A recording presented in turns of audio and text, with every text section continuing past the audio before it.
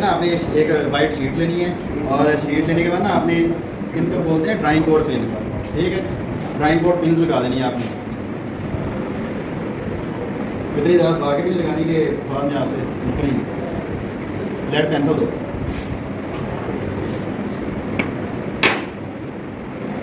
Lead pencil,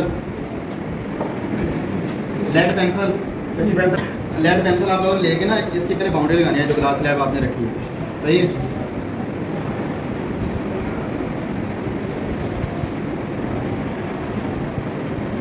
boundary लगाने के बाद ये कॉमन पिन्स आपने लेनी है और 2 पिन्ने आपने लगा देनी है थोड़ा एंगल बना के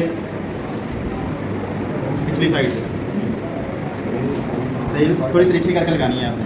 उसके बाद 2 पिन्ने आपने लगानी है इस ग्लास स्लैब में बिल्कुल यानी कि इस साइड पे लाके लगानी है और आपने लगानी है इस तरह। इस ग्लास स्लैब के आप अंदर देखोगे ना तो ये वाली जो पिन्ने हैं इनका आपको वो नज़र आएगा, इमेज नज़र आएगा, ठीक है ना। तो आपने ये तीसरी पिन इस तरह लगानी है कि वो दोनों बिल्कुल एक लाइन में हो, तीसरी भी उसी लाइन में आए, आपको ये पिन नज़र आए वो पिछले वाली दोनों नज़र ना आए, यानी कि इतनी चीज़ में आपने लगानी है।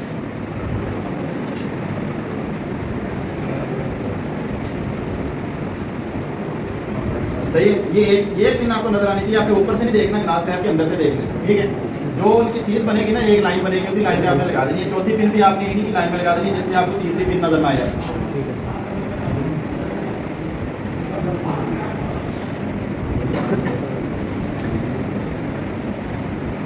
ठीक है। ये पिन्ने हमने लगा दी। अब आपने क्या करना है, इस ग्लास स्लैब को यहाँ से हटा देना है, स्केल लेके आओ। ये ग्लास स्लैब आपने हटा देनी है, ये पिन्ने आपने यहाँ से हटानी है, जो इनका सुराख है ना वहाँ पे आपने एक सर्कल लगा देना है छोटा सा, सही है। ये भी आपने यहाँ से हटाना है और सर्कल लगा देना है, फिर आपने सर्कल लगा देना है और ये चारों को आपने सर्कल लगा देना, ठीक है।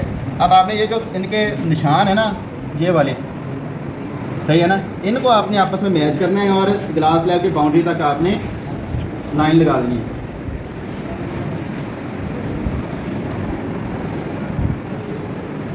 ठीक हो गया। इसी तरह इन दोनों की भी आपने लाइन लगा देनी है,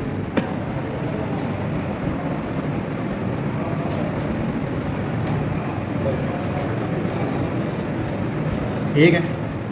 अब ये वाला एक पॉइंट आपके पास बन गया, एक पॉइंट आपके पास ये बन गया। अब इन दोनों पॉइंट्स को आपने मैच कर देना,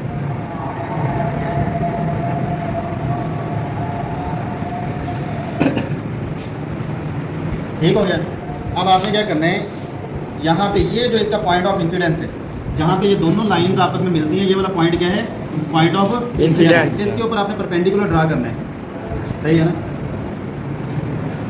परपेंडिकुलर कैसे ड्रा करोगे कि ये जो स्केल की लाइन है ना, बड़ी लाइन, आपने इस बाउंड्री के लाइन के ऊपर आपने एडजस्ट कर देनी, बिल्कुल उसके ऊपर और इस पॉइंट से आपने लाइन गुजारनी है, ठीक है ना। तो आप ये डॉटर लाइन में आपने लगा देना है,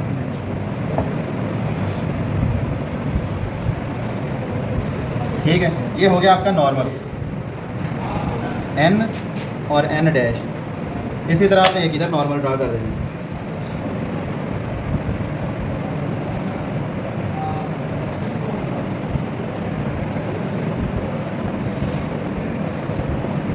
ये है आपका S और S डैश, ठीक है।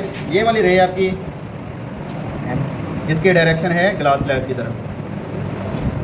ये पॉइंट आपके पास P, ये पॉइंट Q, ठीक है जी।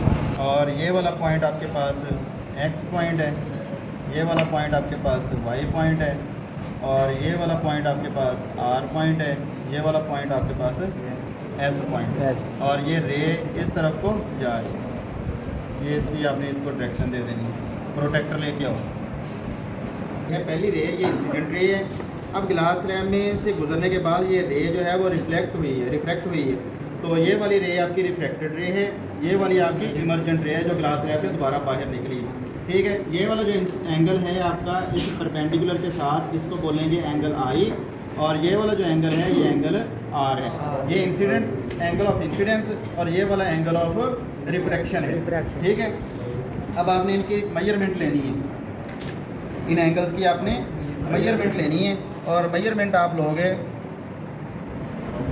आपने ये ज़ीरो वाली लाइन को आपने परपेंडिकुलर के ऊपर रखना है। यहाँ पे जो दोनों लाइनें आपस में एक दूसरे को क्रॉस कर रही हैं ना, ये 90 वाली लाइन और ये वाली जो 0 वाली लाइन है ये एक दूसरे के साथ क्रॉस हो रही हैं। तो ये वाला जो क्रॉस पॉइंट है ना वो इस पॉइंट के ऊपर आपने रखना है, पॉइंट ऑफ इंसिडेंस के ऊपर रखना है, ठीक है ना। तो पॉइंट ऑफ इंसिडेंस के ऊपर आपने इसको रख के ये एंगल चेक करना है। आपकी जो इंसिडेंस रे है वो किस एंगल पे जा रही है, वो 30 से आगे है और 40 से पीछे है। 40 से कितना एंगल पीछे है, ये 35 के एंगल है।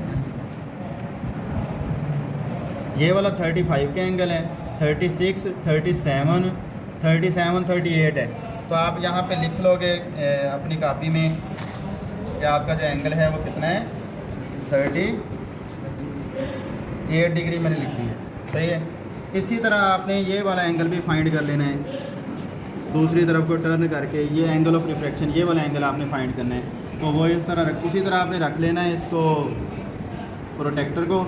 और ये वाली रे आपने चेक करनी है कहाँ पे जा रही है, ये जा रही है 25 पे, ये रे गई आपकी 25 पे। ये साइन आई है, ये साइन कैलकुलेटर लिख लो। ये एंगल ऑफ इंसिडेंस है आपके पास, एंगल इंसिडेंस, और ये एंगल ऑफ रिफ्लेक्शन है। स्नेल्स लॉ से आपने इसकी वैल्यू फाइंड कर लेनी है। आपके पास साइन आई की वैल्यू कितनी आई है, 38 ओवर साइन आर की वैल्यू आई है 25 इज इक्वल टू n। तो आपने इसकी वैल्यू जो है वो फाइंड कर लेनी है। Sine 38 divided by sine 25, 1.46 answer आ गया इसका। n is equal to 1.46। तो हम इस बॉक्स में लिख लेंगे 1.46।